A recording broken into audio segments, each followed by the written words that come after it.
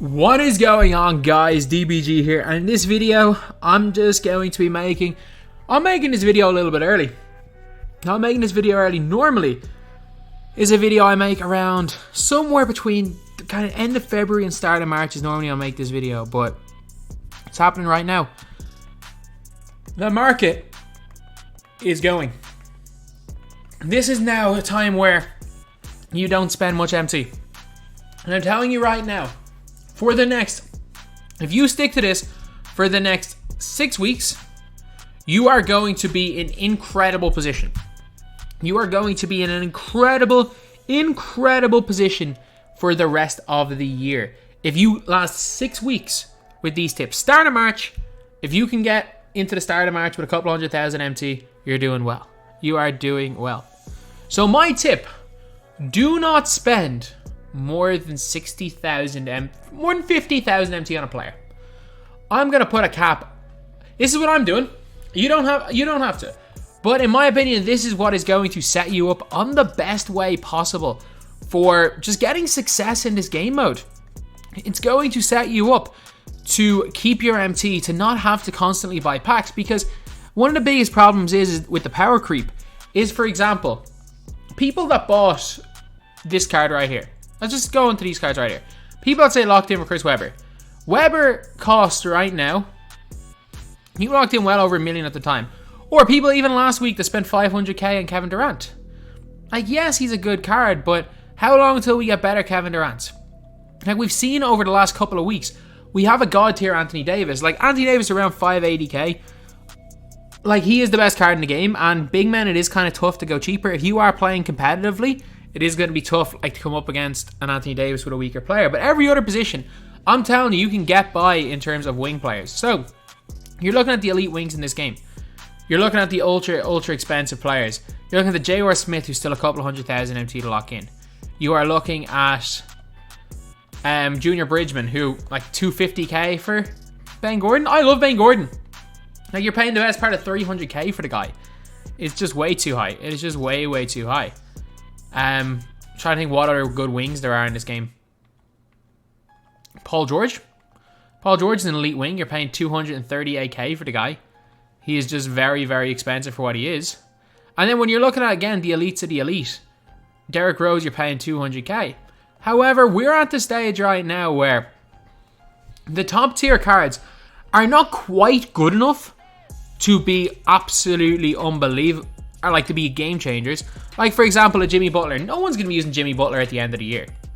So if you have, let's see what price you have tied up. If you have 300k or so tied up in a Jimmy Butler, I'm telling you right now that there will be a stage. I reckon, depending how long until he is under 150k. I reckon we're about 3 really good cards away from him being 150k. And the one player that kind of summed up this entire situation is this dude right here again. We got to look at free cards. The fact that if you're playing single player TT offline, Terry Dishinger, the dentist himself, Dr. Terry, like, he's the best card in the game. He's better than Kawhi Leonard. Like, what? The guy is a demon. He's like 1,000,000 times better than he's 1,000,000 times better than Jimmy Butler. He's better than Kobe. He's better than everybody else. And then you're looking at some other cards. We obviously have free Westbrook coming. And this Westbrook, yes, it is going to be in a couple of weeks, but if you have your point guard position tied up, the day he comes out, the day that Westbrook comes out, I'm telling you, Derrick Rose drops to about 110k. He does. He drops to around 110k. As well as that, we also have this Idols Oscar Robertson, who right now appears to be under 100k. Like, under 100k for this guy here. So, there's no point buying top tier cards. There really isn't. Like, guys like Oscar, if Oscar Robertson's under 100k, he's just going to keep dropping in price as well.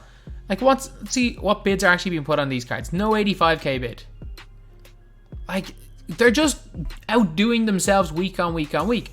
Let's look at, again, the last couple of batches. Like, the game changed completely. The day the game changed was the day 1 of this season. The day Kevin McHale, Antoine Jameson, who's really easy to get, by the way. Like, this is, like, play 15 hours of this game. Well, not 15 hours, sorry. Yeah, around 14, 15 hours. Play that in this game and you will get Antoine Jameson. Like, I can guarantee, well, I can't even guarantee 15 hours about 150 games. Jameson's a lot easier to get than this card here. That's all I'm going to say. But, that day changed everything because a bunch of those free cards came out. And then when you're looking at premium, the flash set, like, obviously Jimmy came out. Rudy Fernandez. Like, Rudy Fernandez is not that different than a Kobe Bryant. He's around 60k. You can probably get him for closer to 50, but he's as good as a Kobe Bryant. And the crazy thing is that with all these new hyped cards, well, he's not quite as good. He's almost as good as a Kobe. With all the new hyped cards, and this is the biggest reason why I will say that you can always get away with using budget cards, is that the hype cards mean other cards lose hype. Like, for example, Ben Gordon came out, who's the hyped point guard right now. He's not that much better than Oscar Robertson. He's a tiny bit better, but Oscar Big O loses his hype. All of a sudden, he's way under 100k, whereas he was about 140k previously. Danny Granger, gone down to under 150k. He was creeping up in price. As soon as he loses his hype because of this dude right here, Dr. Terry. So as soon as the dentist comes out, like, he loses his hype. Other cards that happened to as well was the biggest one. The most obvious one was this right here. Was Rudy Fernandez coming out. And it completely tanking the price on Eddie Jones. Like, Eddie Jones. The guy went down to 30. He's under 35k MT. Let's see what price he actually is. Like, Eddie Jones right here. This guy's still usable. He's not only still usable, he's still fantastic. You're paying 30k. You're paying just over 30k for one of the top 10 2 guards in the game. Like, what doesn't he do? What doesn't he do? And there's going to be so many more cards like that. Like, you're looking at the best power forwards in the game. Heck, you could argue the best power forward in the game is this dude right here. Who do I put in a center? Bosh. You could argue that Antoine Jameson is the best power forward in this game right now. Like, we saw it initially at the start. We saw it with the point guard position with Chris Paul and Markelle Fultz coming out. That we got 2 budget point guards that are giving you almost as good as the best point guards in the game. So that means that if you can get budget alternatives, it means that you're going to see a lot of good mid-tier alternatives. And then on the wing, like the likes of Eddie Jones, Rudy Fernandez, Glenn Robinson, these guys are cheap and can compete. And again, the only thing is that when 2K constantly have to outdo themselves with cards, so yes, we're going to see a million more Anthony Davis cards, type cards, cards of this level, cards that are this good. And you know what the funny thing that happens when 2K, every time 2K releases another Anthony Davis type card or a card that's this hyped, it just means that the previous one becomes less hyped.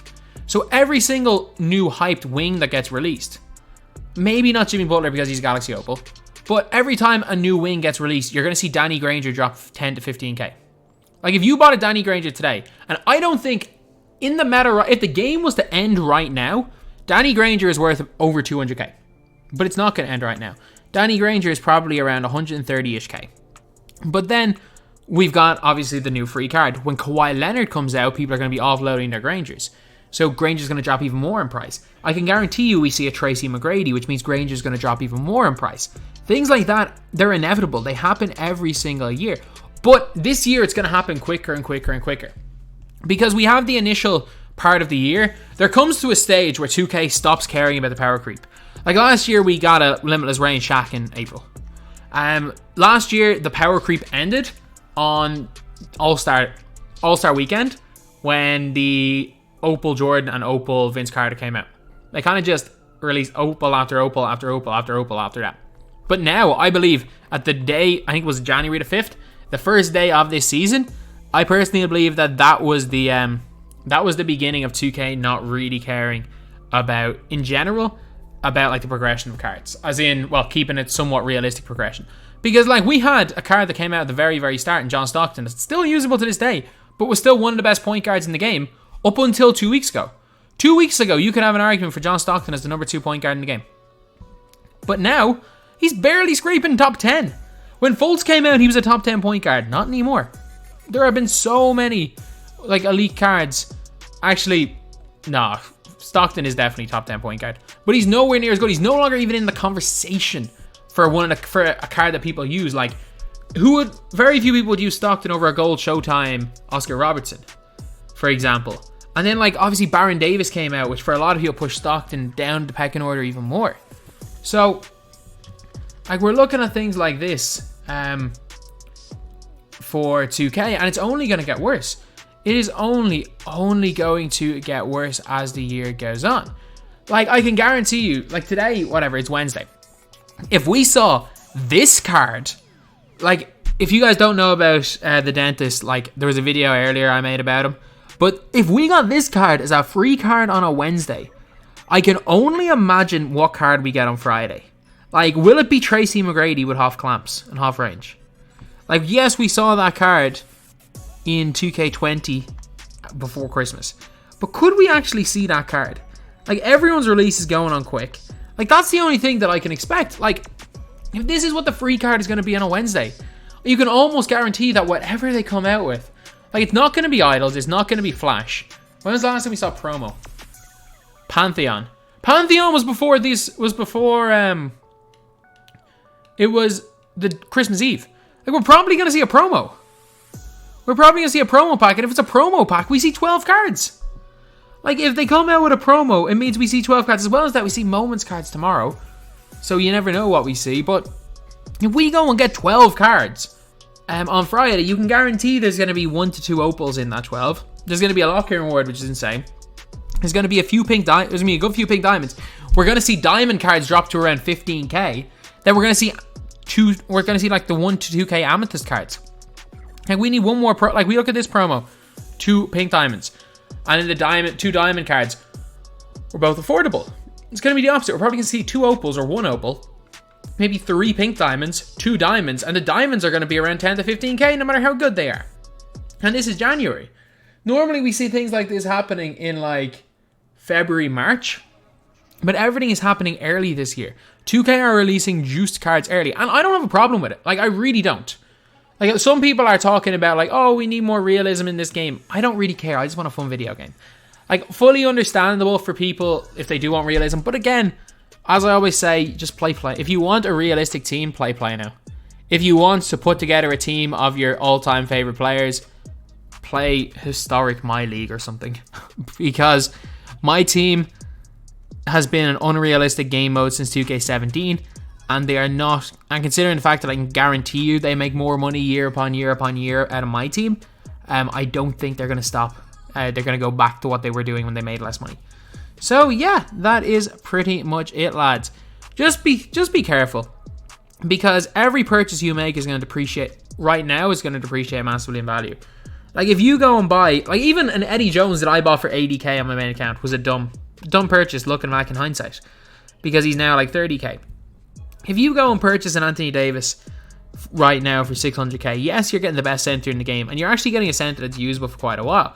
But within 6 weeks, that card's going to, I can guarantee you, he's less than 350k. Actually, AD might be an exception. He's that good, he might be an exception. But guys like Ben Gordon, I can almost guarantee you, even if he does keep his price, like guys like Ben Gordon, Allen Houston, these guys aren't going to be good in 6 weeks' time. Like, Ben Gordon, because right now he's a dunking Steph Curry, he's one of the most hyped cards in the game. And I personally believe that if the meta ended right now, he's worth that 237k. The problem is that we are going to get a better, I can guarantee you in the next 12 days, we get a point guard better than Ben Gordon.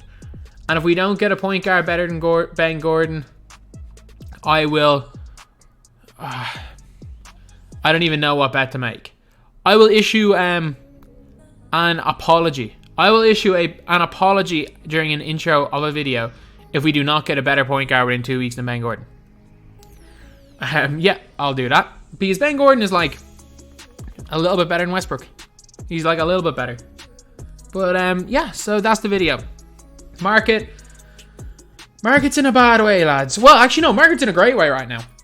But I'm just saying, if you are buying, keep your losses at a minimum, because you're going to make a loss on every single card.